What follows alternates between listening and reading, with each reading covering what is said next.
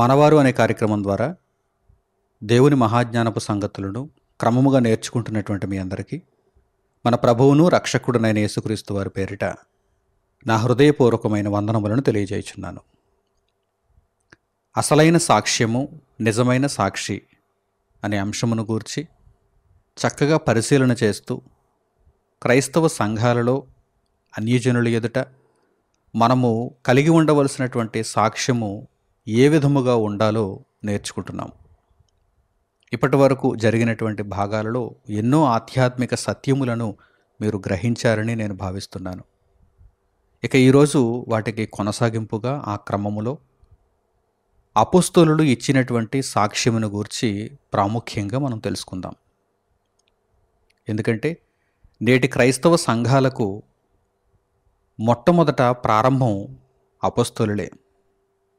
యేసుక్రీస్తు ప్రభువును వెంబడించినటువంటి శిష్యులు, యేసుక్రీస్తు ప్రభువు చేత ఏర్పాటు చేయబడినటువంటి అపోస్తలులు, వారే నేటి క్రైస్తవ సంఘాలకు ప్రారంభికులు. కనుక ఆ పునాది యొద్దకు మనం వెళ్ళగలిగితే, ఆ ప్రారంభం యొద్దకు మనం వెళ్ళగలిగితే, నాడు వారు క్రీస్తు సాక్ష్యమును ఏ విధముగా ప్రచురించారు, అపోస్తలులు ఏ విధముగా సాక్ష్యమును లోకములో ప్రకటించారు అనే విషయాన్ని మనం చక్కగా తెలుసుకోగలిగితే, నేడు కూడా సంఘము మధ్య, సమాజములో, అన్యుల ఎదుట మనము ఏ విధముగా సాక్ష్యమును చెప్పాలో మనకు అర్థమవుతుంది. క్రీస్తును గూర్చిన సాక్షులుగా మనము ఏ విధంగా ఉండాలో మనకు గ్రహింపులోనికి వస్తుంది. ఈ విషయాలు తెలియక చాలామంది లోకములో వారికి కలిగినటువంటి మేళ్ళనే సాక్ష్యాలుగా చెబుతున్నారు. కానీ క్రీస్తును గూర్చినటువంటి సాక్ష్యాన్ని మనం అందరం కూడా కలిగి ఉండాలని పరిశుద్ధ గ్రంథము ద్వారా దేవుడు పదే పదే మనకు తెలియజేస్తున్నాడు. కనుక ఈరోజు దేవుని గ్రంథం నుండి చక్కగా ఈ సంగతులన్నిటినీ మనం నేర్చుకుందాం. మొట్టమొదట బాప్తిస్మమిచ్చు యోహాను గారి దగ్గరికి మనం వెళ్ళగలిగితే, బాప్తిస్మమిచ్చు యోహాను గారు అంటే యేసుక్రీస్తు ప్రభువునకు ముందుగా పంపబడినటువంటి దేవుని యొక్క శిష్యుడు, దేవుని యొక్క సేవకుడు, దేవుని ఆత్మచేత నడిపింపబడినవాడు, ఏలియా యొక్క ఆత్మయు శక్తియు కలిగినవాడుగా వచ్చినవాడు బాప్తిస్మమిచ్చు యోహాను. ఈ బాప్తిస్మమిచ్చు యోహాను ప్రజల మధ్య ఏ విధముగా సాక్ష్యమును తెలియజేశారు, ఆయన చెప్పిన సాక్ష్యం ఏంటి, ఆయన కూడా సాక్ష్యం ఇచ్చారు. ఆయన చెప్పిన సాక్ష్యం ఏంటి?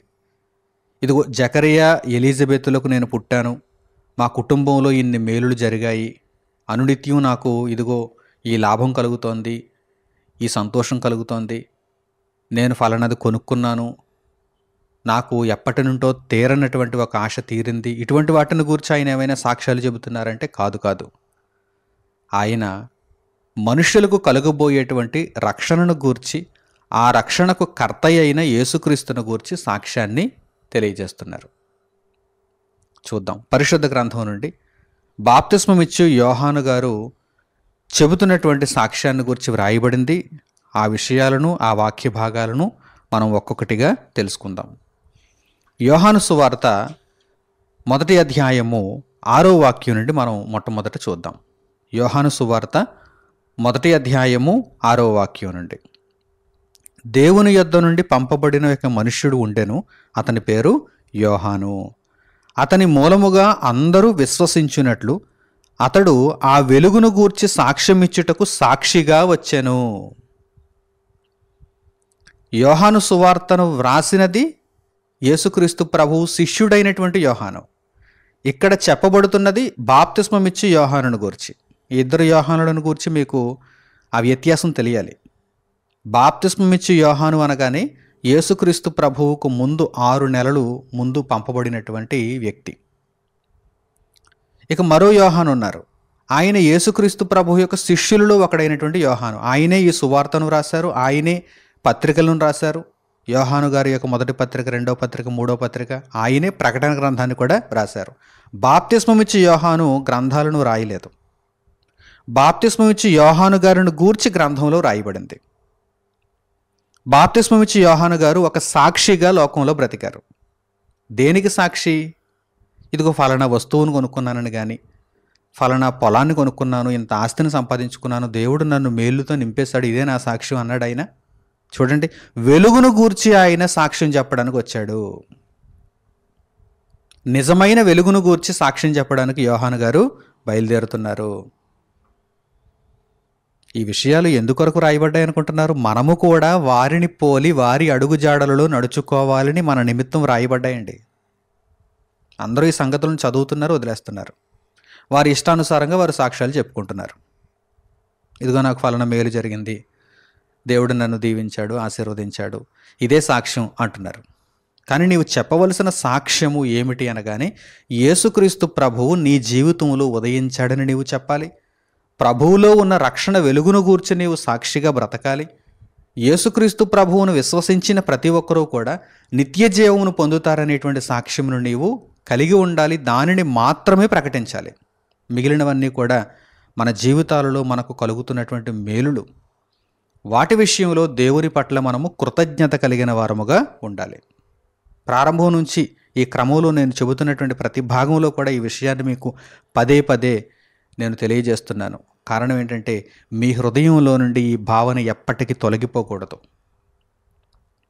దేవుడు మనకు దయచేస్తున్నటువంటి మేలులను బట్టి ప్రతినిత్యం కూడా మనము కృతజ్ఞతను కలిగిన వారముగా ఉండాలి. కృతజ్ఞత కలిగి ఉంటూ దేవుని సేవలో మనం కొనసాగాలి. దేవునికి అర్పణ ఇవ్వాలి. దేవుని చిత్తాన్ని నెరవేర్చాలి. ఇక మనం కలిగి ఉండవలసినటువంటి సాక్ష్యం ఏమిటి అనగానే, యేసుక్రీస్తు ప్రభువు నిత్య జీవమును అనుగ్రహించును అనే సాక్ష్యాన్ని మనం కలిగి ఉండాలి. దానిని మనం ప్రకటించాలి. బాప్తిస్మం ఇచ్చి యోహాను గారు యేసుక్రీస్తు ప్రభువు ఈ లోకమునకు వెలుగుగా వచ్చెను అనేటువంటి విషయాన్ని ప్రకటిస్తూ ఆ విషయానికి మాత్రమే ఆయన సాక్షిగా ఉన్నారు. ఆ తర్వాత చూడండి, అతడు ఆ వెలుగై ఉండలేదు గాని ఆ వెలుగును గూర్చి సాక్ష్యం ఇచ్చుటకు అతడు వచ్చెను. నిజమైన వెలుగు ఉండెను, అది లోకములోనికి వచ్చుచు ప్రతి మనుష్యుని వెలిగించుచున్నది. బాప్తిస్మం ఇచ్చి యోహాను నేనే ఆ వెలుగును అని చెప్పుకోలేదు. నా వెనక వచ్చుచున్నటువంటి దేవుని కుమారుడు, ఆయన లోకమునకు నిజమైన వెలుగు. ఆ వెలుగును గూర్చి సాక్ష్యమిచ్చుటకు నేను వచ్చాను, నేను ఆ వెలుగుకు సాక్షిని అని యోహాను గారు తెలియజేస్తున్నారు. కనుక బాప్తిస్మం ఇచ్చి యోహాను ఇచ్చిన సాక్ష్యము దేనిని గూర్చి, ఎవరిని గూర్చి అంటే నిత్య జీవమును గూర్చి, యేసుక్రీస్తు ప్రభువులో ఉన్న వెలుగును గూర్చి, యేసుక్రీస్తును గూర్చి. ఇంకా తరువాతి వాక్య భాగాన్ని కూడా మనం చూడగలిగితే 15వ వాక్యాన్ని చూడండి. యోహాను సువార్త 1వ అధ్యాయము 15వ వాక్యం. యోహాను ఆయనను గూర్చి అంటే ఎవరిని గూర్చి? యేసుక్రీస్తు ప్రభువును గూర్చి. యోహాను ఆయనను గూర్చి సాక్ష్యమిచ్చుచు. బాప్తిస్మం ఇచ్చి యోహాను యేసుక్రీస్తు ప్రభువును గూర్చి సాక్ష్యమిచ్చుచు, నా వెనుక వచ్చువాడు నాకంటే ప్రముఖుడు గనుక ఆయన నాకంటే ముందటివాడాయననియు, నేను చెప్పినవాడు ఈయనే అనియు ఎలుగెత్తి చెప్పెను. సాక్ష్యం చెబుతున్నాడు. ఏమని సాక్ష్యం చెబుతున్నాడు బాప్తిస్మం ఇచ్చి యోహాను? నా వెనక వచ్చుచున్నవాడు నాకంటే ప్రముఖుడు, నాకంటే గొప్పవాడు, ఆయనను గురించి సాక్ష్యం ఇవ్వడానికి నేను వచ్చాను. నా వెనక వచ్చుచున్నాడని నాకంటే తక్కువ వాడు అనుకోకండి. ఆయన నాకంటే ప్రముఖుడు, నాకంటే ముందటివాడు, నాకంటే గొప్పవాడు. ఆది యందు ఆయన ఉన్నాడు. బాప్తిస్మం ఇచ్చి యోహాను తరువాత యేసుక్రీస్తు ప్రభు వచ్చారని ఆ వరుసను చూచి, ముందు బాప్తిస్మం ఇచ్చి యోహాను వచ్చాడు కనుక ఈయన గొప్పవాడని ఎవరు అనుకోకండి. ఇదిగో నేనే సాక్ష్యం ఇస్తున్నాను.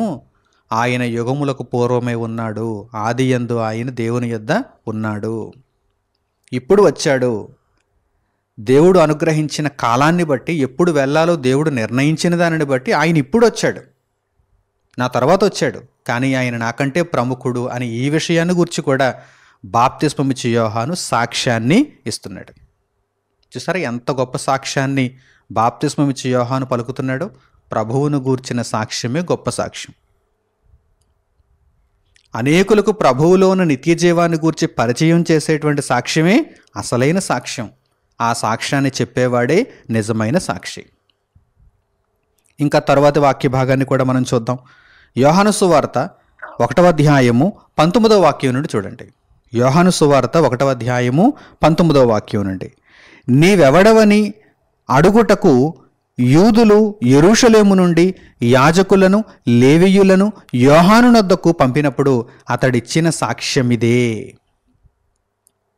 యూదులు లేవీయులను యాజకులను బాప్తిస్మమిచ్చి యోహాను దగ్గరకు పంపించి, నీవెవరు, నిజంగా మాకు చెప్పు, ఖచ్చితంగా మాకు చెప్పు అని అడగడానికి పంపిస్తున్నారు. వారు వచ్చి అడుగుతున్నారు. అప్పుడు అతడేమంటున్నారు చూడండి, అతడు ఏమని సాక్ష్యం ఇస్తున్నాడు చూడండి. అతడు ఎరుగననక ఒప్పుకొనెను. నాకు తెలీదు అని వెళ్ళిపోవటం లేదు, అతడు ఒప్పుకుంటున్నాడు. ఏమని? క్రీస్తును కానని ఒప్పుకొనెను. నీవెవరు, క్రీస్తువా అని వారు అడుగుతున్నప్పుడు, ప్రవక్తల గ్రంథాలలో ఉన్నటువంటి మాటలన్నీ నీ కొరకేనా, దేవుని కుమారుడు నీవేనా అని అడుగుతున్నప్పుడు, నాకు తెలియదు అని చెప్పటం లేదు, నేనే అని చెప్పటం లేదు. నేను కాను, క్రీస్తును నేను కాను, నా వెనక వచ్చుచున్నవాడు నాకంటే ప్రముఖుడు, అదిగో లోక పాపములను మోసుకొని పోవుచున్న దేవుని గొర్రెపిల్ల అని యేసుక్రీస్తు ప్రభువును చూపిస్తూ ఆయనను క్రీస్తు అని ఒప్పుకుంటున్నాడు తప్ప తాను క్రీస్తునని ప్రకటించుకోవటం లేదు యోహాను. అలాగే తనకు తెలియదని కూడా తప్పించుకోవటం లేదు యోహాను.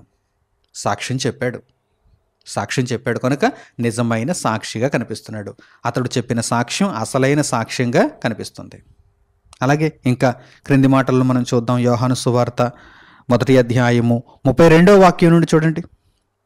యోహాను సువార్త 1వ అధ్యాయము 32వ వాక్యం నుండి, మరియు యోహాను సాక్ష్యమిచ్చుచు ఆత్మ పావురము వలె ఆకాశము నుండి దిగివచ్చుట చూచితిని, ఆ ఆత్మ ఆయన మీద నిలిచెను. నేను ఆయనను ఎరుగనైతిని గాని నీళ్లలో బాప్తిస్మమిచ్చుటకు నన్ను పంపినవాడు నీవెవని మీద ఆత్మ దిగివచ్చి నిలుచుట చూతువో ఆయనే పరిశుద్ధాత్మలో బాప్తిస్మమిచ్చువాడని నాతో చెప్పెను. ఈయనే దేవుని కుమారుడని నేను తెలుసుకొని సాక్ష్యమిచ్చి తిననెను. యోహాను కల్లారా చూచాడు. పరిశుద్ధాత్మ పావురాకారంతో యేసుక్రీస్తు ప్రభువు మీదకి దిగడం యోహాను కల్లారా చూచాడు. నా చేత నీళ్లలో బాప్తిస్మం పొందాడు, కానీ ఈయన పరిశుద్ధాత్మలో బాప్తిస్మం ఇచ్చేవాడు. ఈ విషయాన్ని దేవుడు నాకు ముందే బయలుపరిచాడు. ఈ సంగతి నేను తెలుసుకొని ఇప్పుడు నేను సాక్ష్యం ఇస్తున్నాను. ఈయనే దేవుని కుమారుడు, ఈయనే క్రీస్తు అని యేసుక్రీస్తు ప్రభువును గూర్చి బాప్తిస్మం ఇచ్చి యోహాను సాక్ష్యం ఇచ్చాడు. చూసారా, వీరు సాక్ష్యం ఇవ్వాలి అనుకుంటే దేవుని కుమారుడైన క్రీస్తును గూర్చి సాక్ష్యం ఇచ్చారండి. అంతే తప్ప వీరి జీవితాలలో కలిగినటువంటి మేలులను గూర్చి వీరు సాక్ష్యాలు చెప్పుకోవటానికి అక్కడ నిలబడలేదు. ఎందుకంటే దేవుడు మేలులను అందరికీ అనుగ్రహిస్తున్నాడు, ఎటువంటి భేదం లేదు. అనేక మందికి దేవుడు మేలులను దయచేస్తున్నాడు. కొందరు కృతజ్ఞత కలిగి ఉంటున్నారు, కొందరు కృతజ్ఞత లేని వారుగా బ్రతుకుతున్నారు. అయితే సాక్ష్యం ఇవ్వాలి అనేటువంటి సందర్భం దగ్గరకు వచ్చేసరికి సాక్ష్యము దేవుని కుమారుని గురించి ఇవ్వాలి. ఎందుకంటే ఈరోజు లోకానికి ఈ సాక్ష్యమే అవసరం, నిత్య జీవానికి సంబంధించిన సాక్ష్యం. మీరు యేసుక్రీస్తు ప్రభువునందు విశ్వాసం ఉంచితే పరలోకమునకు వెళతారు, మీరు నీతి మార్గంలో నడుచుకుంటారు, మీరు దేవునికి పిల్లలవుతారు అని ఈ సాక్ష్యాన్ని చెప్పడానికే దేవుడు మనలను పంపించాడు. దానినే దేవుని దృష్టిలో సాక్ష్యం అంటారు. అదే అసలైన సాక్ష్యం. ఆ సాక్ష్యాన్ని చెప్పేవాడే నిజమైన సాక్షి. బాప్తిస్మం ఇచ్చి యోహాను గారు ఎలాంటి సాక్ష్యాన్ని ఇచ్చారో మనం తెలుసుకున్నాం. ఇంకా ముందుకు వెళ్ళగలిగితే సమరయ స్త్రీ యేసుక్రీస్తు ప్రభువును దేవుని కుమారుడని తెలుసుకుని తాను నివసించుచున్నటువంటి ఊరిలోనికి వెళ్ళి ఆ ఊరి వారికి సాక్ష్యం ఇస్తోంది. ఏమని సాక్ష్యం ఇస్తుందో ఆమె మాటలను కూడా ఒక్కసారి పరిశీలన చేద్దాం. యోహాను సువార్త 4వ అధ్యాయము 39వ వాక్యాన్ని మీరు చూడండి.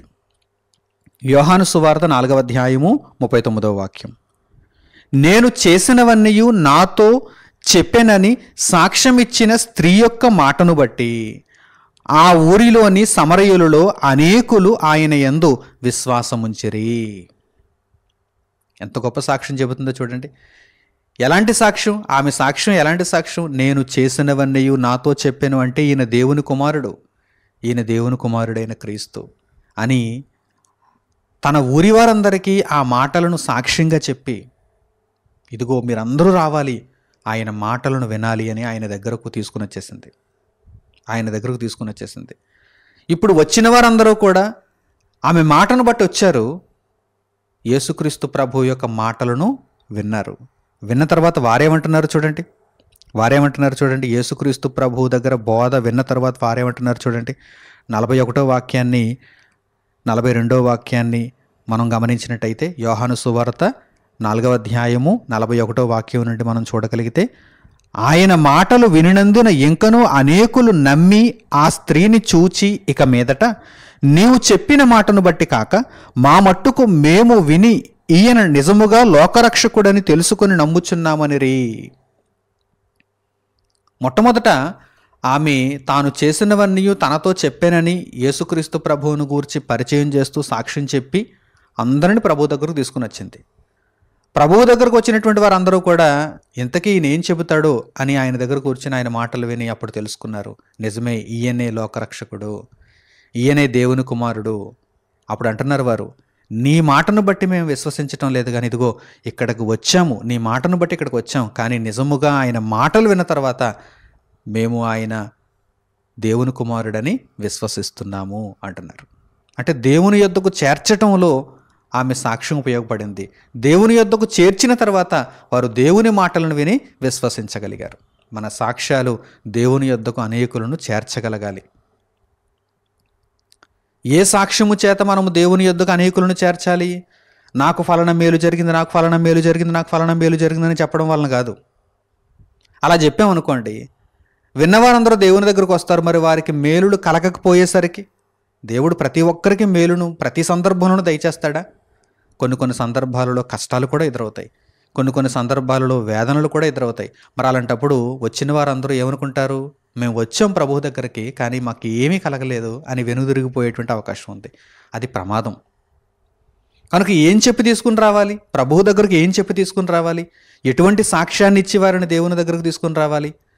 మీ పాపములు క్షమింపబడతాయి, మీరు నిత్య జీవానికి అర్హులవుతారు, మీరు మహాజ్ఞానమును తెలుసుకుంటారు, మీరు దేవుని కొరకు బ్రతకడానికి అవకాశం ఉంటుంది, మీరు దేవుని పిల్లలవుతారు అని మనం తీసుకొచ్చినప్పుడు, ఆ సాక్ష్యాన్ని చెప్పి మనం తీసుకొచ్చినప్పుడు నిజంగా ఇక్కడ అదే జరుగుతుంది కదా. దేవుని మాటలను విన్న తర్వాత నిస్సందేహంగా ప్రతి ఒక్కరికి కూడా వారు దేవునిని తెలుసుకున్నప్పుడు, దేవుని కుమారుడైన యేసుక్రీస్తునందు విశ్వాసం ఉంచినప్పుడు పాపక్షమాపణ దొరుకుతుంది, సంఘములు అనగా దేవుని రాజ్యంలో ప్రవేశం దొరుకుతుంది, వారు నిత్య జీవానికి అర్హులుగా ఎంచబడతారు, వారు దేవుణ్ణి తెలుసుకుని దేవుని కొరకు బ్రతుకుతారు, దేవుని పిల్లలుగా మారతారు. ఇవన్నీ జరిగే వాటినే సాక్ష్యముగా మనం ప్రకటించాలి. దేవుడు వాటినే సాక్ష్యముగా చెప్పమంటున్నాడు, వాటినే సాక్ష్యంగా చెప్పమంటున్నాడు. కనుక ప్రారంభ శతాబ్దంలో మొదటి కాలంలో మనం చూసినప్పుడు బాప్తిస్మం ఇచ్చి యోహాను గారు కానీ, లేక ఆయనను వెంబడించినటువంటి వారు, ఉదాహరణకు సమరయ స్త్రీ వంటి వారు కానీ ప్రభువును గూర్చి సాక్ష్యం ఇచ్చారు. ప్రభువులో నిత్య జీవం ఉన్నది, రండి మీరందరూ రండి, వినండి, ఆయన మాటలు వినండి అని సాక్ష్యం ఇచ్చారు. కనుక అనేక మందిని దేవుని యొద్దకు చేర్చటంలో వారు సాక్షులుగా కనిపిస్తున్నారు. అలాగే యేసుక్రీస్తు యొక్క శిష్యుడైనటువంటి యోహానుని గూర్చి కూడా మనం ఆలోచన చేయగలిగితే, ఆయన కూడా యేసుక్రీస్తు ప్రభువును గూర్చి సాక్ష్యం ఇచ్చినట్టు మనకు కనిపిస్తుంది. యోహాను సువార్త 19వ అధ్యాయము 33వ వాక్యం నుండి చూడండి. యోహాను సువార్త 19వ అధ్యాయము 33వ వాక్యం నుండి, వారు యేసునొద్దకు వచ్చి అంతకు ముందే ఆయన మృతి పొంది ఉండుట చూచి ఆయన కాళ్ళు విరుగగొట్టలేదు గాని సైనికులలో ఒకడు ఈటెతో ఆయన ప్రక్కను పొడిచెను, వెంటనే రక్తమును నీళ్లును కారెను. ఇది చూచిన వాడు సాక్ష్యమిచ్చుచున్నాడు, అతని సాక్ష్యము సత్యమే, మీరు నమ్మునట్లు అతడు సత్యము చెప్పుచున్నాడని ఆయన ఎరుగును. ఏమని సాక్ష్యం ఇస్తున్నాడు యోహాను? శిష్యుడైనటువంటి యోహాను, యేసు శిష్యుడైన యోహాను ఏమని సాక్ష్యం ఇస్తున్నాడు? యేసుక్రీస్తు ప్రభువు మరణించాడు, శిలువ మీద ఆయన మరణించాడు. ఆయన మరణ సమాధి పునరుత్థానములను గూర్చి ప్రకటిస్తూ సువార్తను ప్రజలకు చేరువ చేయటమే కదా అసలైన సాక్ష్యం అంటే. కనుక శిష్యుడైన యోహాను ఒక సాక్ష్యాన్ని చెబుతున్నాడు. చూడండి, నేను కళ్ళారా చూచాను, ఆయన మరణించాడు. ఆయన మరణించాడని చెప్పి సైనికులు కాళ్ళు విరగ్గొట్టలేదు, ఆయన ప్రక్కలో పొడిచారు, రక్తము కారింది, వెంటనే నీళ్లు కూడా కారెను. కనుక ఆయన మరణించాడని నిర్ధారణ అయింది, ఆయన శిలువ మీద మరణించాడు అని ఆ విషయానికి సాక్షిగా యోహాను గారు, శిష్యుడైనటువంటి యోహాను గారు కనిపిస్తున్నారు. అలాగే 21వ అధ్యాయము 24వ వాక్యాన్ని కూడా చూడండి. యోహాను సువార్త 21వ అధ్యాయము 24వ వాక్యం, ఈ సంగతులను గూర్చి సాక్ష్యం ఇచ్చుచు ఇవి వ్రాసిన శిష్యుడు ఇతడే, ఇతని సాక్ష్యము సత్యమని ఎరుగుదుము. వ్రాయబడినటువంటి సంగతులు దేవుని వాక్యమునకు సాక్ష్యం, దేవుని వాక్యమునకు సాక్ష్యం. ఈ సంగతులను గూర్చి సాక్ష్యం ఇచ్చుచు ఇవి వ్రాసిన శిష్యుడు ఇతడే. వ్రాయబడినటువంటి దేవుని వాక్యమునకు, వ్రాయబడినటువంటి వాక్యములో ఉన్న సంగతులకు సాక్ష్యము ఇదిగో యోహాను గారు, శిష్యుడైనటువంటి యోహాను గారు. అంటే దేవుని వాక్యానికి ఒక సాక్ష్యంగా ఉండాలి, యేసు మరణ సమాధి పునరుత్థానములకు ఒక సాక్ష్యంగా ఉండాలి, పూర్తిగా యేసుక్రీస్తు ప్రభువులో ఉన్న నిత్య జీవమునకు సాక్షిగా మనం బ్రతకాలి. అలాగే యోహాను గారు పత్రికలు కూడా రాశారు కదా. యోహాను గారి యొక్క పత్రికలో కూడా ఆయన యేసుక్రీస్తు ప్రభువునకు ఒక సాక్షిని అని చెప్పడం జరిగింది. యోహాను గారి యొక్క మొదటి పత్రిక 1వ అధ్యాయము 1వ వాక్యం నుండి మీరు చూడండి. యోహాను గారి యొక్క మొదటి పత్రిక 1వ అధ్యాయము 1వ వాక్యము నుండి, జీవవాక్యమును గూర్చినది ఆది నుండి ఏది ఉండెనో, మేమేది వింటిమో, కన్నులార ఏది చూచితిమో, ఏది నిదానించి కనుగొంటిమో, మా చేతులు దేనిని తాకి చూచెనో అది మీకు తెలియజేయుచున్నాము. ఆ జీవము ప్రత్యక్షమాయెను, తండ్రి యొద్ద ఉండి మాకు ప్రత్యక్షమైన ఆ నిత్య జీవమును మేము చూచి ఆ నిత్య జీవమును గూర్చి సాక్ష్యమిచ్చుచు దానిని మీకు తెలియపరచుచున్నాము. మాతో కూడా మీకును సహవాసము కలుగునట్లు మేము చూచిన దానిని వినిన దానిని మీకును తెలియజేయుచున్నాము. మన సహవాసం అయితే తండ్రితో కూడాను ఆయన కుమారుడైన యేసుక్రీస్తుతో కూడాను ఉన్నది. మన సంతోషము పరిపూర్ణమవుటకై మేము ఈ సంగతులను వ్రాయుచున్నాము. యోహాను గారు ఇక్కడ ఎంత చక్కగా, ఎంత స్పష్టముగా తాను ఇచ్చే సాక్ష్యాన్ని గురించి మాట్లాడుతున్నారు చూడండి. మేము నిత్య జీవమును గూర్చి సాక్ష్యం ఇస్తున్నాం, దేవుని వాక్యాన్ని గూర్చి సాక్ష్యం ఇస్తున్నాం, యేసుక్రీస్తు ప్రభువును గూర్చి సాక్ష్యం ఇస్తున్నాం. యేసుక్రీస్తు ప్రభువునందు విశ్వాసం ఉంచిన వారు ఇదిగో పరిశుద్ధుల సహవాసమును పొందుతారు, వారు పరలోకమునకు అర్హులవుతారు, దేవునికి పిల్లలవుతారు. ఈ సాక్ష్యాన్ని యోహాను గారు మాట్లాడుతున్నారు. అంతే తప్ప వారి జీవితములలో మేలులు కలగలేదని కాదు, దేవుడు అనుగ్రహించిన మేలులను బట్టి దేవునికి కృతజ్ఞతలు చెల్లించారు, దేవుని సేవార్థమై బ్రతికారు. కానీ చెప్పవలసిన సాక్ష్యం అనగానే యేసుక్రీస్తు ప్రభువును గూర్చిన సాక్ష్యాన్ని వారు ప్రకటించారు. అలాగే యోహాను గారు ప్రకటన గ్రంథాన్ని కూడా వ్రాశారు. ప్రకటన గ్రంథంలో కూడా ఆయన ఈ విషయాన్ని ప్రస్తావిస్తున్నారు, సాక్ష్యాన్ని గురించి ప్రస్తావిస్తున్నారు. ఆ మాటలను కూడా మనం చూద్దాం. యోహాను రాసిన ప్రకటన గ్రంథము 1వ అధ్యాయము 1వ వాక్యం నుండి మనం చూద్దాం. యోహాను రాసిన ప్రకటన గ్రంథము 1వ అధ్యాయము 1వ వాక్యం నుండి, యేసుక్రీస్తు తన దాసులకు కనుపరుచుటకు దేవుడు ఆయనకు అనుగ్రహించిన ప్రత్యక్షత. ఈ సంగతులు త్వరలో సంభవింపనయ్యున్నవి. ఆయన తన దూత ద్వారా వర్తమానము పంపి తన దాసుడైన యోహానునకు వాటిని సూచించెను. అతడు దేవుని వాక్యమును గూర్చియు యేసుక్రీస్తు సాక్ష్యమును గూర్చియు తాను చూచినంత మట్టుకు సాక్ష్యమిచ్చెను. యోహాను గారు ఏ విషయాన్ని గూర్చి సాక్ష్యం ఇస్తున్నారు? దేవుని వాక్యము. దేవుని వాక్యం అనగా ఎవరు? యేసుక్రీస్తు ప్రభు. కనుక దేవుని వాక్యమును గూర్చియు యేసుక్రీస్తు సాక్ష్యమును గూర్చియు తాను చూచినంత మట్టుకు అతడు సాక్ష్యాన్ని ఇచ్చాడు. అలాగే 9వ వాక్యాన్ని కూడా చూడండి. ప్రకటన గ్రంథము 1వ అధ్యాయము 9వ వాక్యం, మీ సహోదరుడును యేసును బట్టి కలుగు శ్రమలోను రాజ్యములోను సహనములోను పాలివాడనుడైన యోహానను నేను దేవుని వాక్యము నిమిత్తమును యేసును గూర్చిన సాక్ష్యము నిమిత్తమును పద్మాసు ద్వీపమున పరవాసినైతిని. అసలు యేసుక్రీస్తు ప్రభువును గూర్చిన సాక్ష్యాన్ని ఇవ్వడాన్ని బట్టే కదండి పద్మాసు ద్వీపమున పరవాసిగా ఉన్నాడు. దూరంగా నెట్టివేయబడ్డాడు, దూరంగా ద్వీపమునకు వెళ్ళిపోయాడు. ఎందు నిమిత్తం?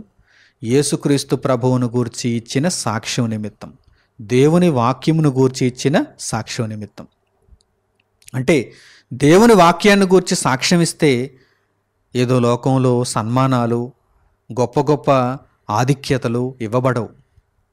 అందరూ కూడా యేసుక్రీస్తు ప్రభువును గూర్చి సాక్ష్యం ఇస్తే నిరాకరిస్తారు, త్రోసేస్తారు, హేళన చేస్తారు, చులకన చేస్తారు, నిందిస్తారు, శ్రమల పాలు చేస్తారు.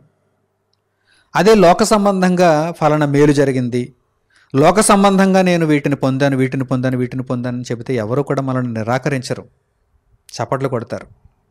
కానీ దేవుడు మాత్రం సంతోషించడు. దేవుడు సంతోషించాలి అంటే ఆయన కుమారుడైన యేసుక్రీస్తు ప్రభువును గూర్చిన సాక్ష్యాన్ని మనం ప్రకటించాలి.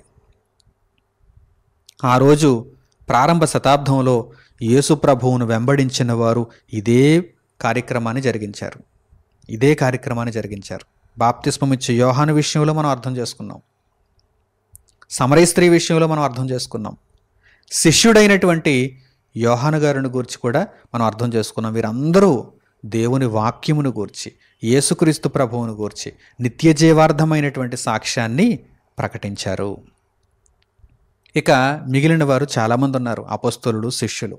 వీరిని గూర్చి, వీరిచ్చినటువంటి సాక్ష్యాలను గూర్చి అపోస్తలుల కార్యములు గ్రంథంలో చక్కగా అనేక పర్యాయములు వివరించబడింది. చూద్దాం, ఆ విషయాలను కూడా ఇప్పుడు మనం చూద్దాం.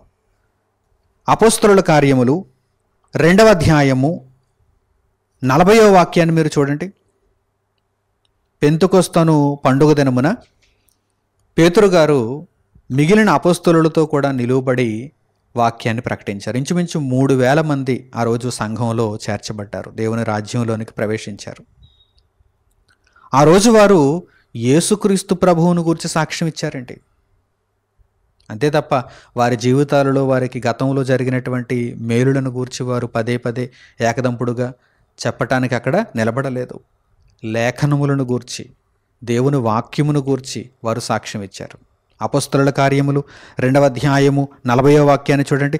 ఇంకను అనేక విధములైన మాటలతో సాక్ష్యమిచ్చి మీరు మూర్ఖులకు ఈ తరము వారికి వేరై రక్షణ పొందుడని వారిని హెచ్చరించెను. అక్కడ ఎంత చక్కగా వివరింపబడిందో చూడండి. ఇంకను అనేక విధములైనటువంటి మాటలతో సాక్ష్యం ఇచ్చి హెచ్చరికలు జారీ చేస్తున్నారు. ఇదిగో మీరు మూర్ఖులకు ఈ తరము వారికి వేరై రక్షణ పొందండి అంటే వారి యొక్క సాక్ష్యం అంతా కూడా యేసుక్రీస్తు ప్రభు యొక్క రక్షణకు సంబంధించినది, లేఖనములకు సంబంధించినది, నిత్య జీవానికి సంబంధించినది. ఈ విషయాన్ని చక్కగా మీరు అర్థం చేసుకోవాలి. అలాగే అపోస్తలుల కార్యములు 4వ అధ్యాయము 33వ వాక్యాన్ని కూడా చూడండి. ప్రతిదీ కూడా మీకు ఆధారాన్ని పరిశుద్ధ గ్రంథంలో చూపిస్తున్నాను. ఎక్కడా కూడా దీనికి భిన్నమైనటువంటి అర్థమే లేదు. ప్రతి సందర్భంలో కూడా దేవుడు ఇదే విషయాన్ని తెలియజేస్తున్నాడు. మీరు సాక్ష్యం చెప్పాలంటే యేసుక్రీస్తు ప్రభువులో నిత్య జీవం ఉన్నదని చెప్పండి. యేసుక్రీస్తు ప్రభువును మీరు నమ్మితే, అంగీకరిస్తే, మీరు బాప్తిస్మమును పొంది దేవుని రాజ్యంలో చేర్చబడితే, మీరు దేవుని కొరకు బ్రతికితే పరలోకానికి అర్హులవుతారని సాక్ష్యం చెప్పండి. దీనికి మించినది దుష్టుని నుండి పుట్టున్నది. చూద్దాం, అపోస్తలుల కార్యములు 4వ అధ్యాయము 33వ వాక్యం. ఇదియుగాక అపోస్తలులు బహుబలముగా ప్రభువైన యేసు పునరుత్థానమును గూర్చి సాక్ష్యమిచ్చిరి, దైవకృప అందరి యందు అధికముగా ఉండెను.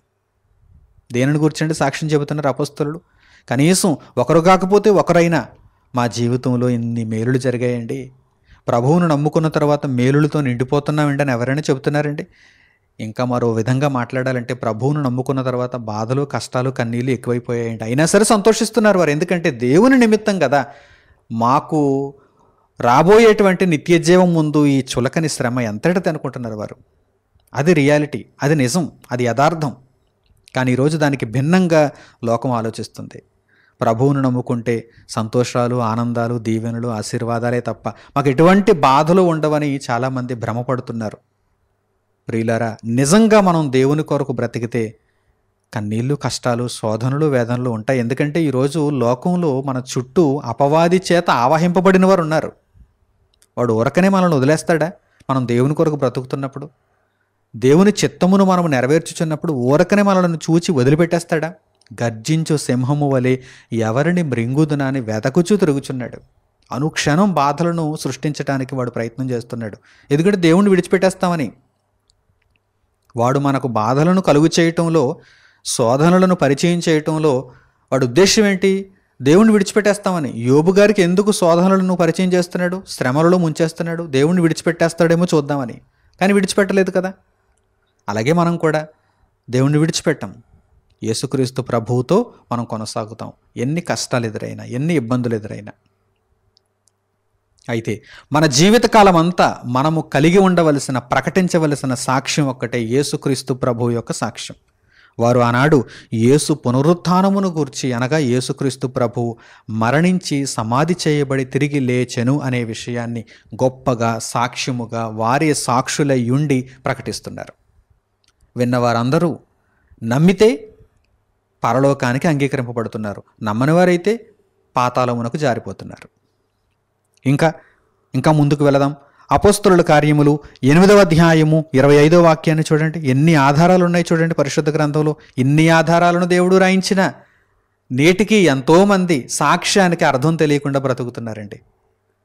టీవీ కొనుక్కుంటే సాక్ష్యం చెబుతారండి, సైకిల్ కొనుక్కుంటే సాక్ష్యం చెబుతారండి, బైక్ కొనుక్కుంటే సాక్ష్యం చెబుతారండి. ఏమంటే లోకంలో ఇంకెవరు బైకులు కొనుక్కోవటం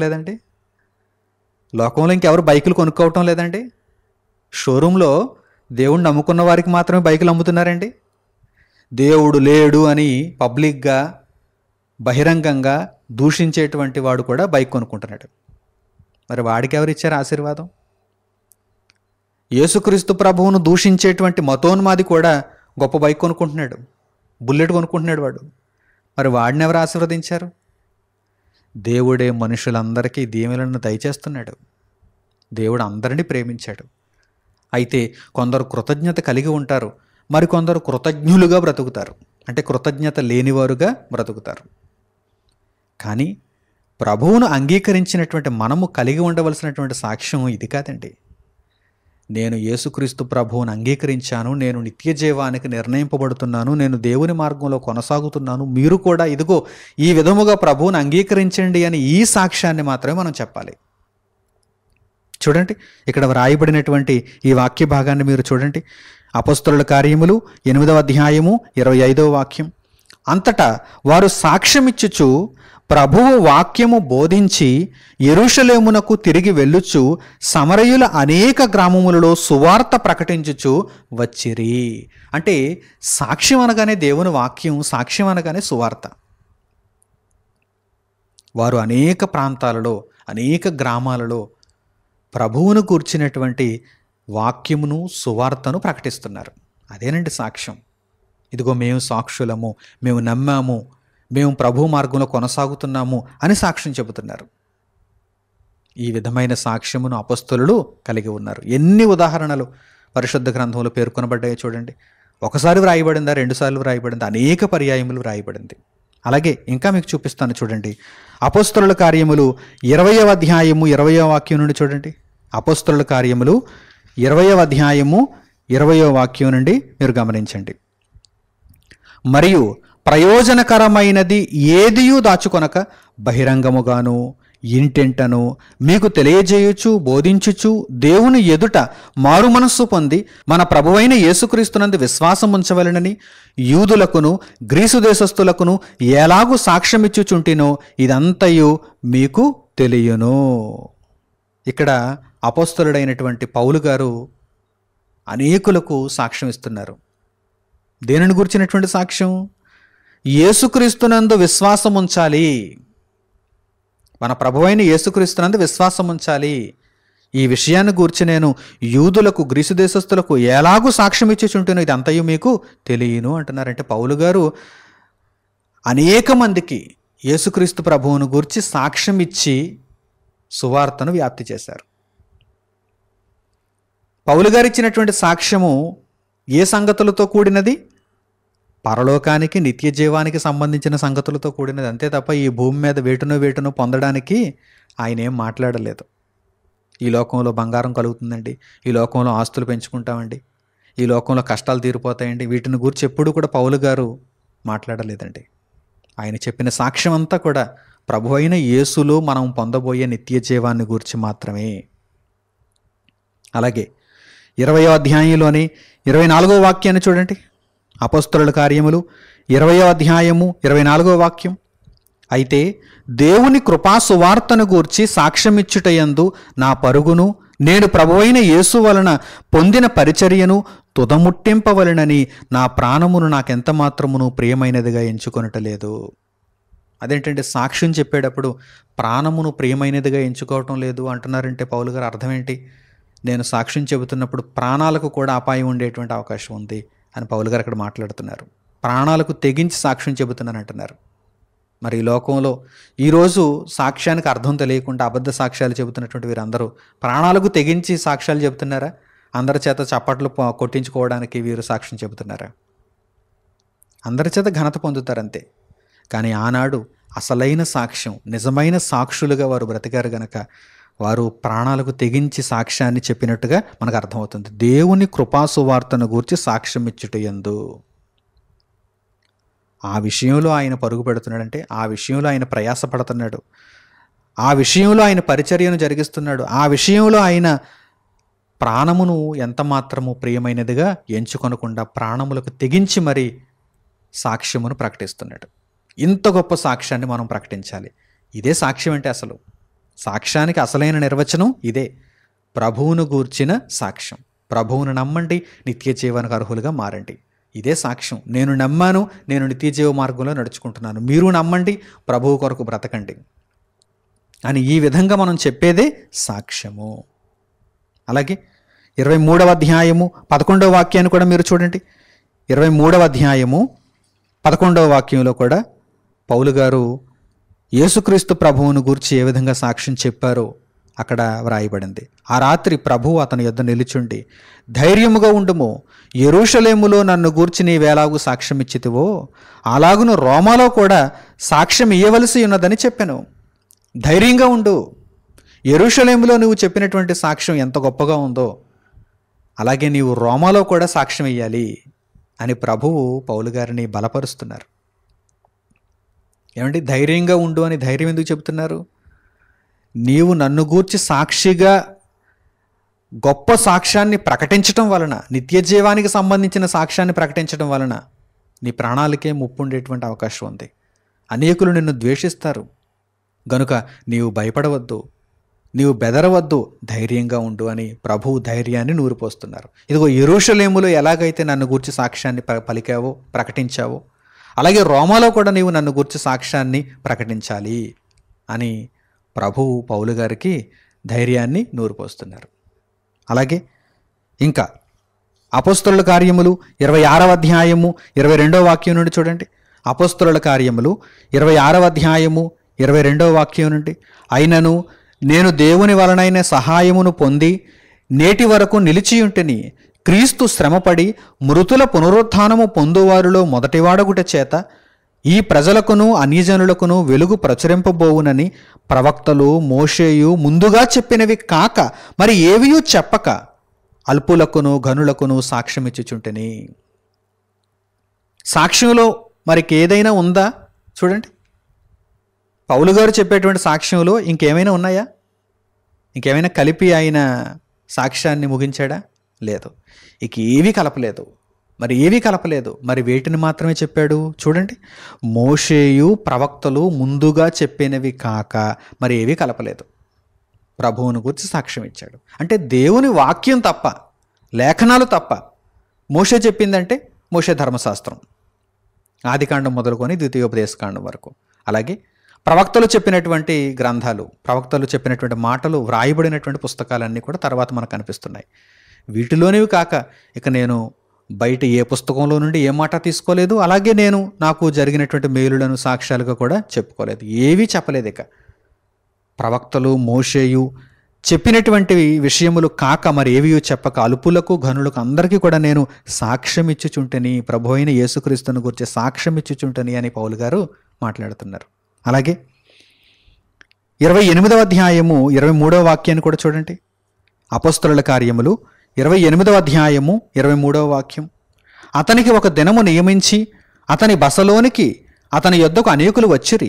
ఉదయము నుండి సాయంకాలము వరకు అతడు దేవుని రాజ్యమును గూర్చి పూర్తిగా సాక్ష్యమిచ్చుచు మోషే ధర్మశాస్త్రములో నుండి ప్రవక్తలలో నుండి సంగతులెత్తి యేసును గూర్చి వివరముగా బోధించుచు వారిని ఒప్పించుచుండెను. ఏమంటే, ఎంత స్పష్టంగా వ్రాయబడిన తర్వాత కూడా క్రైస్తవ సంఘాలకు సాక్ష్యం అంటే ఏమిటో అర్థం కాలేదంటే వారు బైబిల్ చదివారంటారా? చదివి ఉండొచ్చు, పైన ఏదో రోజుకి ఇన్ని అధ్యాయాలు పూర్తి చేసేసుకోవాలి, బ్రొక్కుబడిగా చదివేయాలి, బైబిల్ పూర్తి చేసామా లేదా అనిపించుకోవాలి, అంతేనా? నిజంగా లోతులకు వెళ్ళి పరిశోధిస్తూ నా కన్న తండ్రి వ్రాయించిన మాటలు ఇవి, నేను ఈ మాటలను చదువుతుంటే నా తండ్రి మనసంతా నాకు అర్థమవుతుంది అనేటువంటి భావనతో దేవుని ఎడల భయభక్తులు కలిగి చదివితే ఖచ్చితంగా అర్థమవునండి, ఖచ్చితంగా అర్థమవును. ఎవరైనా మనకు ఒక ఉత్తరం రాశారనుకోండి, ఆ ఉత్తరాన్ని మనం చదువుతున్నప్పుడు వారితో మాట్లాడుతున్నట్టు మనకు అనుభూతి కలుగుతుంది. వారు మన దగ్గర కూర్చొని మాట్లాడుతున్నట్టు మనకు అనుభూతి కలగదా? లేదు, సంగతులను పైపైన చదివి, ఇదిగో మేమందరం క్షేమం, మీరందరూ క్షేమంగా ఉన్నారని తలుస్తున్నాను, ఇవి సంగతులు ఇట్లు ఉంటాను బాయ్ అని పెట్టేశారనుకోండి అని మనం చదివామనుకోండి, పైపైన ఏదో విసుగుగా ఇంట్రెస్ట్ లేకుండా చదివామనుకోండి, వారు వ్రాసినటువంటి ఆ మాటలలోని తీవ్రత మనకు అర్థం కాదు. వారు రాసినటువంటి ఆ మాటలలో కొంత ఎసెన్స్ ఉంది, వారి యొక్క మనస్సు ఉంది, వారి యొక్క ఆలోచన ఉంది. ఆ భావం మనకు అర్థం కావాలంటే, అందులోనికి మనం వెళ్ళిపోవాలంటే మనం చాలా జాగ్రత్తగా ఆ లెటర్ని చదవాలి. అప్పుడు మనకు ఆ విషయాలు అర్థమవుతాయి. వారు మన ప్రక్కనే ఉండి మాట్లాడుతున్నట్టు ఆ అనుభూతి మనకు కలుగుతుంది. మరి దేవుడు వ్రాయించిన మాటలు ఇంకెంత పట్టుదలతో, శ్రద్ధతో, భక్తితో మనం చదవాలి చెప్పండి. దేవునికి ప్రార్థించి, తండ్రి నాకు అర్థం చేసుకునేటువంటి మనస్సు ఇవ్వి అని చెప్పి దేవుణ్ణి అడిగి, ఆ జ్ఞానమును దేవుని యొద్ద నుండి మనము పొందిన తరువాత నిజంగా దేవుని యొక్క మాటలు ఎంత చక్కగా, ఎంత స్పష్టంగా మనకు అర్థమవుతాయంటే, నిజంగా దేవుడే మన ప్రక్కన కూర్చొని మనకు బోధిస్తున్నట్టుగా ఉంటుందండి. దేవుడే మన ప్రక్కన కూర్చొని, ఇదిగో నాన్న ఈ విషయాలకు అర్థం ఇది, నీవు ఇలా ఉండాలి, నీ యొక్క విధానం ఇలా ఉండాలి అని దేవుడు మనకు బోధిస్తున్నట్టుగా ఉంటుంది. ఎంతమంది మోసపోయారండి ఈరోజు ప్రపంచంలో ఈ విధానం తెలియక, ఈ విషయం అర్థం కాక. పౌలు గారు ఆ రోజు సాక్ష్యం ఇచ్చారు, అపోస్తలుడు సాక్ష్యం ఇచ్చారు, బాప్తిస్మం ఇచ్చి యోహాను సాక్ష్యం ఇచ్చాడు, యేసును వెంబడించిన వారు సాక్ష్యాలు ఇచ్చారు. చూడండి వారి సాక్ష్యాలు ఎలా ఉన్నాయో చూడండి. దేవుని రాజ్యమును గూర్చి పూర్తిగా సాక్ష్యం ఇచ్చుచు మోషే ధర్మశాస్త్రములో నుండి, ప్రవక్తలలో నుండి సంగతులు ఎత్తి యేసును గూర్చి వివరముగా బోధించుచు వారిని ఒప్పించుచు ఉండెను. ఇటువంటి సాక్ష్యం చెప్పినప్పుడు కదా విన్నవారు గ్రహించి స్థిరంగా దేవునిలో నిలబడతారు. ఈరోజు అనేక మంది పొల్లుకైలుగా కనిపిస్తున్నారు. ఇవన్నీ పనికొచ్చేటువంటి విత్తనాలు కాదు, పొల్లు విత్తనాలు. చూడండి, అన్ని విత్తనాలు కలగొలుపుగా ఉన్నప్పుడు నీటిలో వేస్తే కొన్ని తేలిపోతాయి, కొన్ని మునుగుతాయి. ఈరోజు నామకార్థ క్రైస్తవులందరినీ ఆ విధంగా నీటిలో వేసి, లేకపోతే ఒక జల్లెడతో జల్లిస్తే ఎంతమంది తేలిపోతారో చెప్పండి. పొట్టు అగ్నికే తప్ప కొట్టులోనికి కాదు. తేలిపోయేటువంటి పొట్టు దేనికి? అగ్ని కొరకు. అది కూడా గోధుమలతో కలిసే ఉంటుంది. గోధుమల పొట్టు గోధుమలతో అప్పటి వరకు కలిసే ఉంటుంది. ధాన్యంలోని ఊక ధాన్యంతో కలిసే ఉంటుంది. కానీ ఎప్పుడైతే చెరిగేస్తారో అది ఒక ప్రక్కకి వెళ్ళిపోతుంది. తేలిగ్గా ఉంటుంది కదా, ఆ గాలికి ప్రక్కకు వెళ్ళిపోతుంది. అసలైన దానిని, గింజలను, లాభం చేకూర్చే దానిని కొట్టులోకి తీసుకుని వెళ్తారు, గోదాంసులోకి తీసుకుని వెళ్తారు. పనికిరాని దానిని పొట్టుగా కాల్చేస్తారు. అప్పటి వరకు కలిసే ఉన్నాయి కానీ వేరు చేయబడతాయి. ఈరోజు క్రైస్తవ సంఘాలలో ఇటువంటి పొట్టు ఎక్కువైపోయింది. ఎందుకంటే బోధించేవారు కూడా అలాగే ఉన్నారు. బోధించేవారు కూడా ఏమంటారు? అమ్మా వచ్చేయండి, సాక్ష్యం చెప్పేయండి. ఏం సాక్ష్యం చెప్పాలి అయ్యగారు? మీకు ఈ వారంలో ఏ మేలు జరగలేదా? గత దినాలలో దేవుడు మిమ్మల్ని ఏ విధంగా ఆశీర్వదించలేదా అంటే, ఆశీర్వదించాడు అయ్యగారు, మా ఇంటికి పెయింట్ వేసుకున్నాం. మరి చెప్పేయండి ఆ విషయం, ఇంకెందుకు ఆలస్యం, చెప్పేయండి, ఇంటికి పెయింట్ వేయించుకున్నాం అని చెప్పేయండి. దేవుడు మమ్మల్ని దీవించాడు. ఆ పొడిపొడి మాటల్లో చెప్పకూడదు, బాగా వివరించి చెప్పాలి. ఒకప్పుడండి మా జీవితం ఎలా ఉండేదంటేనండి, మా ఇల్లు ఎలా ఉండేదంటేనండి, అన్నీ ఎక్కడికక్కడ పెచ్చులు రాలిపోతూ ఉండేయండి. దేవుడు మమ్మల్ని కనికరించాడండి, సిమెంట్ గోడలు కట్టుకున్నామండి. ఆ తర్వాత సిమెంట్ గోడలు కట్టుకున్న తర్వాత అండి అందరూ అడిగేవారండి, సిమెంట్ గోడలతో అలా ఉండిపోయారేంటి, ప్లాస్టరింగ్ చేయించుకోరా అని అడిగేవారండి. ఆ తర్వాత దేవుడిని ప్రార్థిస్తే దేవుడు కరుణ చూపించాడండి. ఒక ఆయన వచ్చాడండి, మీకు నేను చాలా తక్కువ రేటుకి నేను ప్లాస్టరింగ్ చేసేస్తాను అన్నాడండి. ప్లాస్టరింగ్ చేసేసారండి. దేవునికి స్తోత్రం అండి, హల్లెలూయా అండి. ఆ తర్వాత మరి ప్లాస్టరింగ్ చేయించుకున్నాం కానీ ఇల్లు వెలవెలబోతుందే, మరి ఇంటికి రంగులు ఎలాగా అనుకున్నామండి. ఆ తర్వాత ఒక పెయింట్ వేసి వ్యక్తి వచ్చాడండి. ఆ బ్రదరు నిజంగా చాలా మంచి బ్రదర్ అండి ఆయన. నేను మీకు అందరిలా కాదమ్మా, మోసం చేయనమ్మా, మీకు చక్కగా నేను మంచి మంచి కలర్స్తో పెయింట్ వేసేస్తానమ్మా, మీరు తక్కువ డబ్బులు మీకు ఎంత తోస్తే అంత ఇవ్వండి అమ్మా అన్నారండి. నేను చాలా ఆశ్చర్యపోయానండి. పెయింట్లు వేయించేసుకున్నానండి. ఇప్పుడు చూస్తే ఇల్లు కలగా ఉందండి. మా వీధిలో మా ఇంటిని చూస్తేనేనండి అందరికీ చాలా ముచ్చటేస్తుంది. మా ఇంటిని చూస్తే అందరికీ ముచ్చటేస్తుందండి. అందరూ వచ్చి ఆగి చూసి వెళ్తున్నారండి మా ఇంటి రంగుల్ని. అనగానే ఇంక పాస్టర్ గారు హల్లెలూయా, దేవునికి స్తోత్రం, హల్లెలూయా హల్లెలూయా అంటారు. ఇదా సాక్ష్యం అంటే? ఇదా సాక్ష్యం అంటే? ఏం చేయాలండి ఇలాంటి వాళ్ళందరినీ? ఇది మచ్చుకు ఒక్కటండి. కోటాను కోట్ల ఇటువంటి వ్యర్థ సాక్ష్యాలలో ఇది మచ్చుకు ఒకటి. మచ్చుకు ఒకటి. ఇలాంటివి ఎన్నెన్నో ఉన్నాయి. దయచేసి క్షమించండి. ఇంత సమయం అంటే ఇటువంటి ఒక ఉదాహరణను చెప్పటానికి ఇంత సమయాన్ని నేను కేటాయించినందుకు దయచేసి క్షమించండి. ఇటువంటివి అసలు మనం మాట్లాడకూడదండి. మాట్లాడితే ప్రభు అయిన యేసుక్రీస్తు యొక్క రక్షణను గురించి మాట్లాడాలి. ఆయన ఇచ్చే నిత్య జీవాన్ని గురించి మాట్లాడాలి.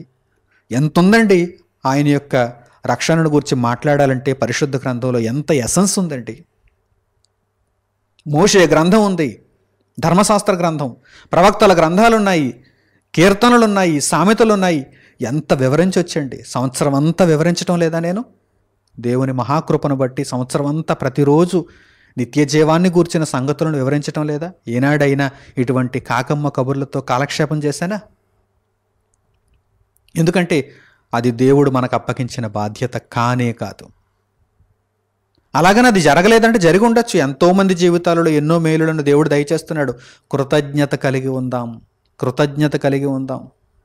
ఈరోజు నేను ఇలా బ్రతికున్నానంటే దేవునికి కృతజ్ఞతలు. ఉదయం నేను అల్పాహారాన్ని తీసుకుని దేవుని వాక్యాన్ని బోధించుటకు సంసిద్ధుడనై ఈ విధంగా ఆరోగ్యంగా దేవుని వాక్యాన్ని మాట్లాడగలుగుతున్నానంటే దేవునికి స్తోత్రం. ప్రతినిత్యం దేవుడు మనలను మేలులతో నింపుతున్నాడు. ఆ మేలులతో మనలను నింపకపోతే అసలు మన బ్రతుకు ఎంతండి? మన బ్రతుకు ఎంతండి? ఒక నీటి బుడగ ఎప్పుడు పేలిపోతుందో తెలియదు. అలాంటి నీటి బుడగను ఆయన కాపాడుతున్నాడండి, సంరక్షిస్తున్నాడండి, తన దేవదూతలను పంపిస్తున్నాడండి. నా బిడ్డ ఎలా ఉన్నాడో చూడు. ఆరోగ్యంగా ఉన్నాడా? చక్కగా నా మాటలను ప్రకటించగలుగుతున్నాడా? దేవుని కుమారుడైన యేసుక్రీస్తును గూర్చిన సాక్ష్యాన్ని ఇవ్వటానికి అనునిత్యం సంసిద్ధంగా ఉండగలుగుతున్నాడా? శరీరపరంగా అన్ని విషయాలలోనూ ఏ లోటు లేకుండా నా బిడ్డను కాపాడు అని దేవదూతలకు ఆజ్ఞిస్తున్నాడు మన కన్న తండ్రి. ఇది సరిపోదా?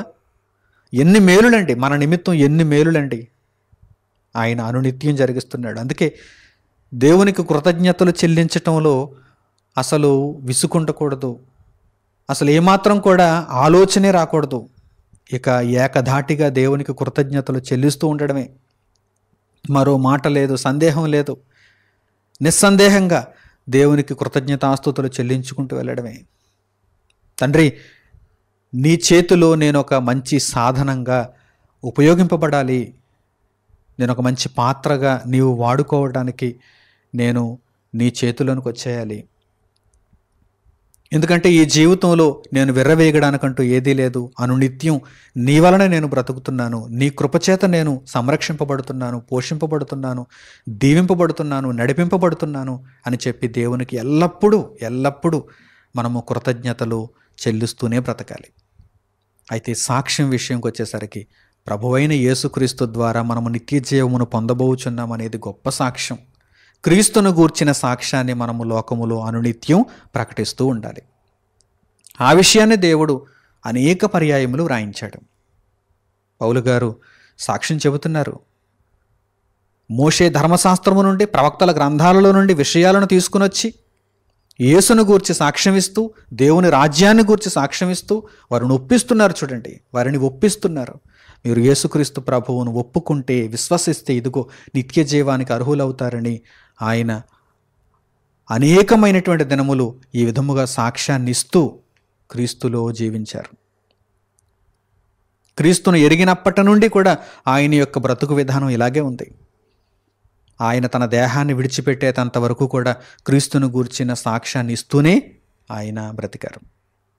అలాగే ఆయన తిమోతి గారికి పత్రికను రాస్తూ కూడా ఈ విషయాన్ని పంచుకుంటున్నారండి. ఒక్కసారి ఆ విషయాన్ని కూడా మనం చూద్దాం. తిమోతికి రాసిన మొదటి పత్రిక 2వ అధ్యాయము 5వ వాక్యం నుండి మీరు చూడండి. పౌలు గారు తిమోతికి రాసిన మొదటి పత్రిక 2వ అధ్యాయము 5వ వాక్యం నుండి, దేవుడొక్కడే, దేవునికిని నరులకును మధ్యవర్తియు ఒక్కడే, ఆయన క్రీస్తు యేసను నరుడు. దేవుడొక్కడే, దేవునికిని నరులకును మధ్యవర్తియు ఒక్కడే, ఆయన క్రీస్తు యేసను నరుడు.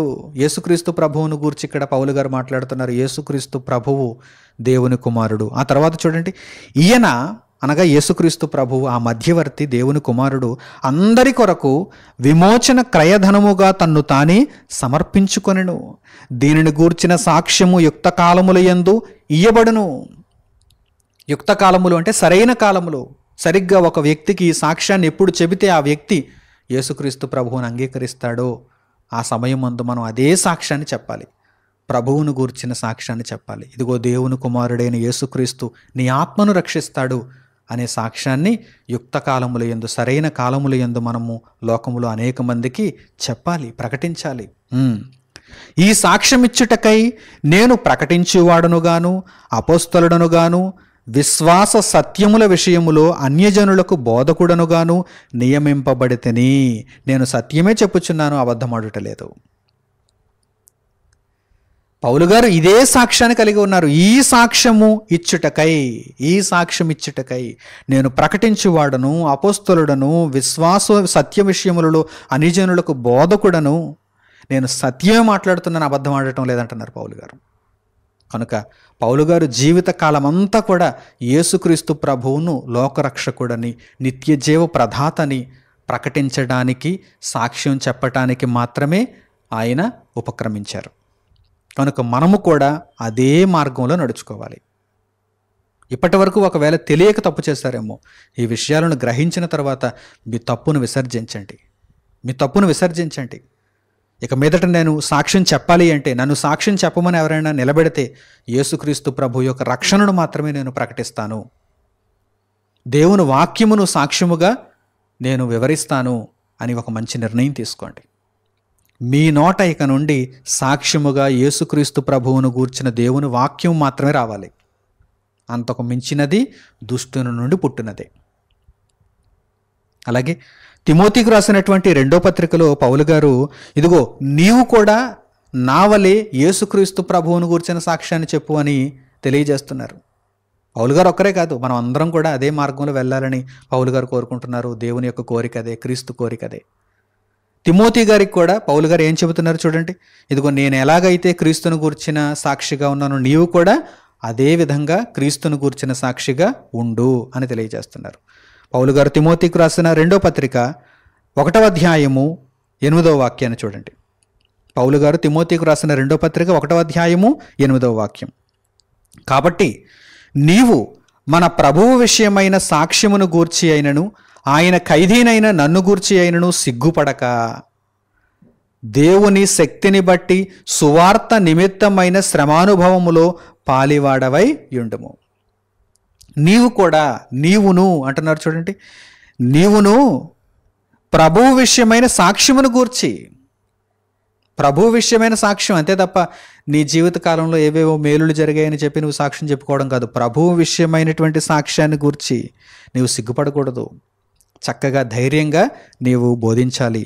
ఆయన ఖైదీనైన నన్ను గూర్చి కూడా నీవు సిగ్గుపడకూడదు. ఇదిగో పౌలు గారి యొక్క జీవితాన్ని నేను ఆదర్శంగా తీసుకుంటున్నాను, పౌలు గారి యొక్క అడుగుజాడలలో క్రీస్తు మార్గంలో నేను నడుచుకుంటున్నానని చెప్పి నీవు ఏమాత్రం ఎవరి దగ్గర సిగ్గుపడవలసినటువంటి అవసరత లేదు.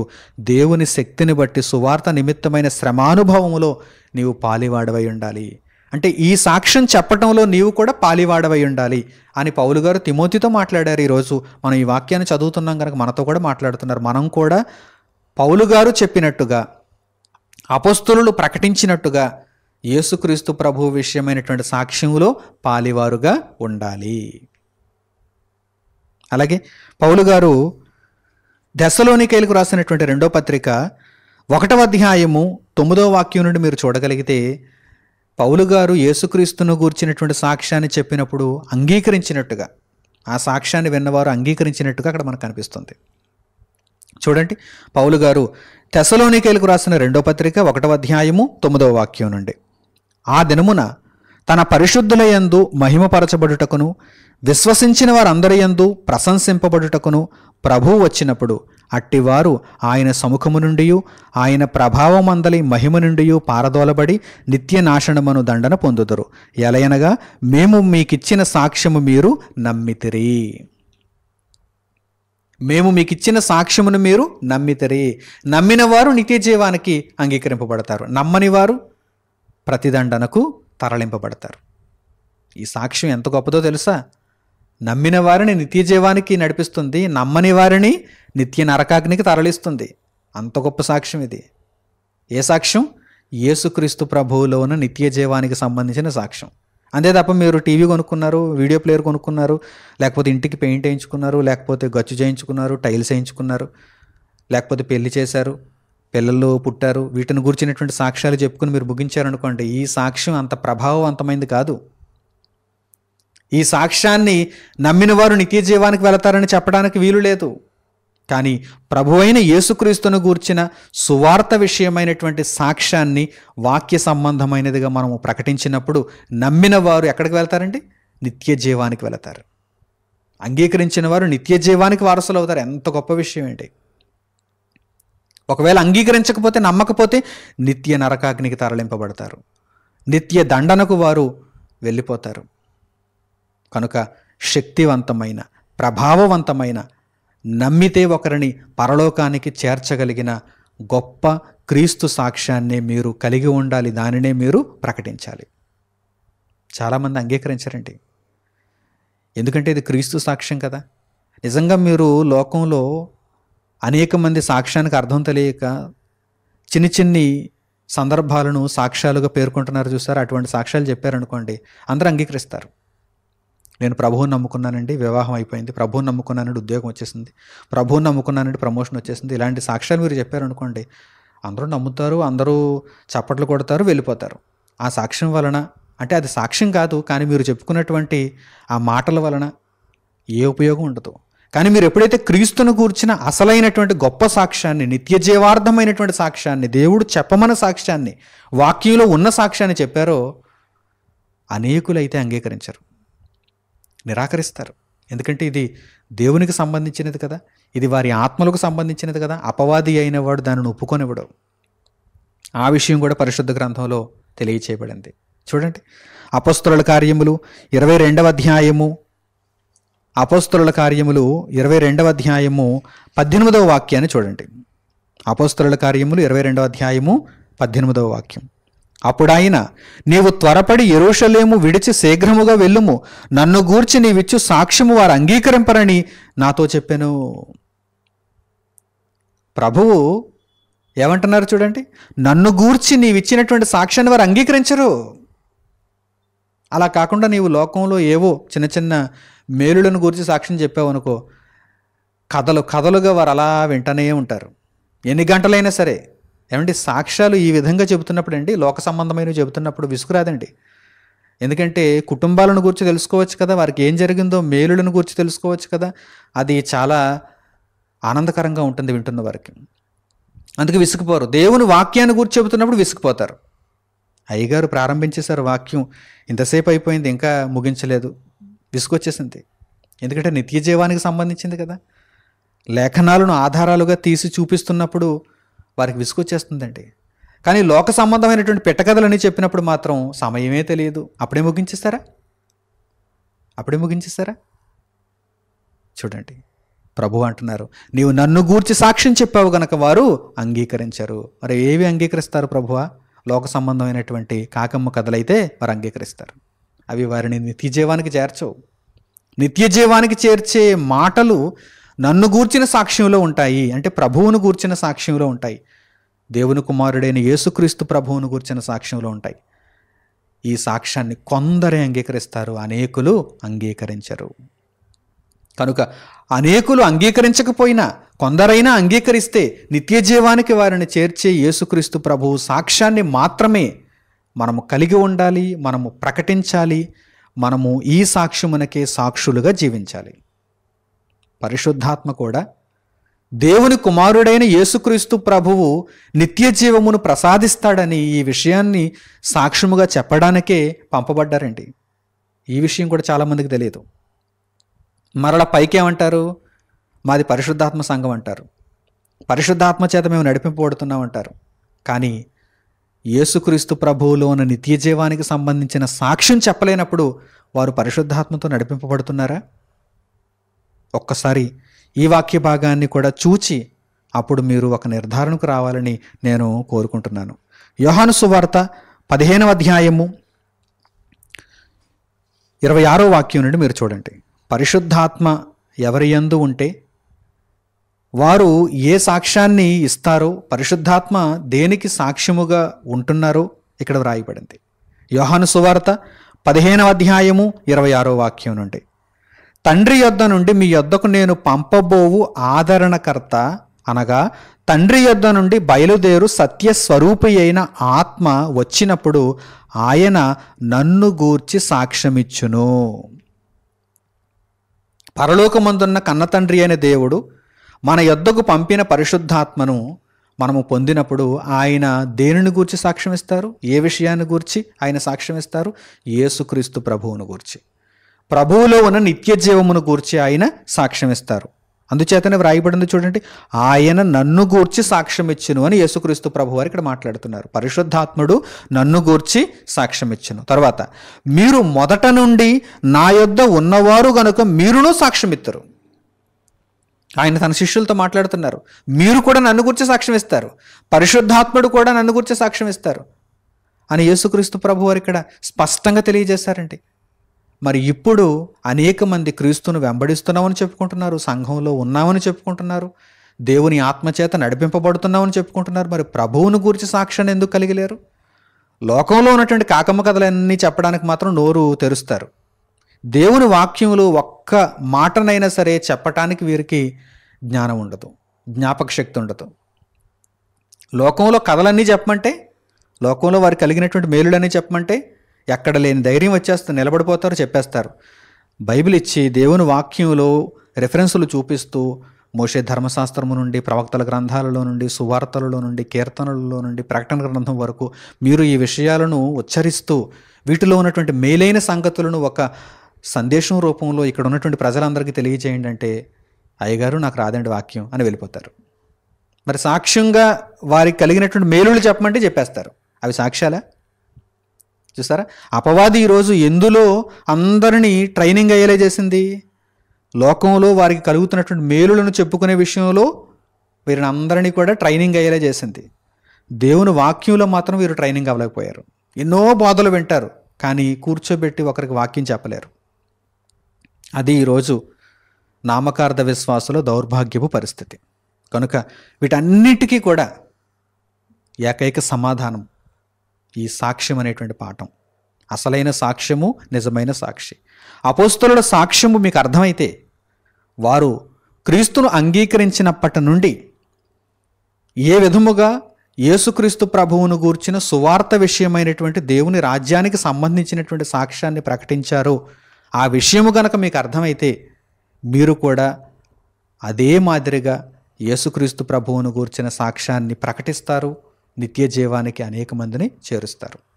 కనుక మీ అందరిలో కూడా ఈ దేవుని వాక్యం ఫలించాలని, ఇక మీదట తప్పులు చేయకుండా దేవుని మార్గంలో సరిగ్గా నడుచుకోవాలని, దేవుని ఆత్మచేత నడిపింపబడాలని హృదయపూర్వకంగా కోరుకుంటూ ఈ సందేశమును ఇంతటితో నేను ముగిస్తున్నాను. తండ్రి అయిన దేవునికి ప్రార్థనలు ఏకీభవించండి. మహోన్నతుడును మహాపరిశుద్ధుడునైన మా కన్న తండ్రి, ఈ సమయమందు మీరు మాకు అనుగ్రహించిన ఉన్నతమైనటువంటి ఈ సందేశమును గూర్చి మా హృదయపూర్వకమైన కృతజ్ఞతాస్తుతులను మీకు తెలియజేస్తున్నాము. దేవా, మీ ఆత్మచేత మమ్మను నడిపిస్తూ యేసుక్రీస్తు ప్రభువును గూర్చి సాక్ష్యం ఇప్పిస్తూ దేవుని రాజ్యానికి సంబంధించిన సంగతులను మాత్రమే మాతో మాట్లాడిస్తూ విన్నవారిని, గ్రహించిన వారిని, అంగీకరించిన వారిని నిత్య జీవమునకు చేర్చేటువంటి మాటలను దయచేస్తూ మమ్మను మీ మార్గములో నడిపిస్తున్నందుకు మా హృదయపూర్వకమైన కృతజ్ఞతాస్తుతులను మీకు తెలియజేస్తున్నాము. దేవా, అనేక మంది మీ మాటలు తెలియక, మీ మాటలలో ఉన్న సారాంశమును గ్రహించక, తప్పుడు బోధలలో ఉండి వారి యొక్క బ్రతుకులను నేటి వరకు వ్యర్థముగా నడిపించుకుంటున్నారు. అయితే తండ్రి, ఈ మాటలు విన్న తర్వాతనైనా అసలైన సాక్ష్యమును గూర్చి తెలుసుకున్న వారై, నిజమైన సాక్షులుగా బ్రతకగలుగుటకు ఉద్దేశించిన వారై, ప్రభువును గూర్చి, దేవుని రాజ్యమును గూర్చి, మీరివ్వబోయే నిత్యజీవమును గూర్చి మాట్లాడగలుగుటకు, అనేక మందికి దేవుని వాక్యమును వివరించి చెప్పి ఒప్పించగలుగుటకు సమర్థులుగా మారు నిమిత్తము మీ కృపను పొందేటువంటి ధన్యతను మీ బిడ్డలకు దయచేయండి. మీ వాక్యము అనేకులలో ఫలించడానికి కృపనిమ్మని మిమ్మల్ని వేడుకుంటూ మా ప్రార్థన మనవులను మా ప్రభువును మా రక్షకుడునైన యేసుక్రీస్తు వారి పేరిట మిమ్మల్ని వేడుకొనుచున్నాము తండ్రి. ఆమేన్. అందరికీ వందనములు. సెలవు.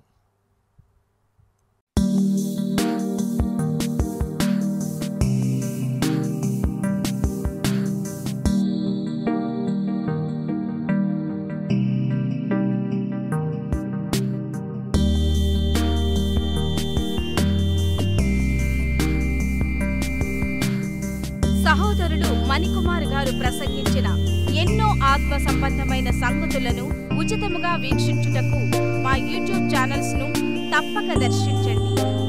మా సమాచారమును ఎప్పటికప్పుడు తెలుసుకుని ఆత్మీయాభివృద్ధి నొందవలనంటే మా యూట్యూబ్ ఛానల్స్ ను సబ్స్క్రైబ్ చేసుకోండి. సత్వర నోటిఫికేషన్ల కొరకు సబ్స్క్రైబ్ బటన్ ప్రక్కనే ఉన్న బెల్ సింబల్ ను క్లిక్ చేయండి. మరిన్ని వివరములకు మీరు సంప్రదించవలసిన మా ఫోన్ నెంబర్స్ 8978414178 మరియు 8333927666. ధన్యవాదములు. ఈ కార్యక్రమమును అనేక మందికి పరిచయం చేయగలరని ఆశిస్తున్నాము. ప్రభువైన యేసుక్రీస్తు పేరిట మీకు శుభములు.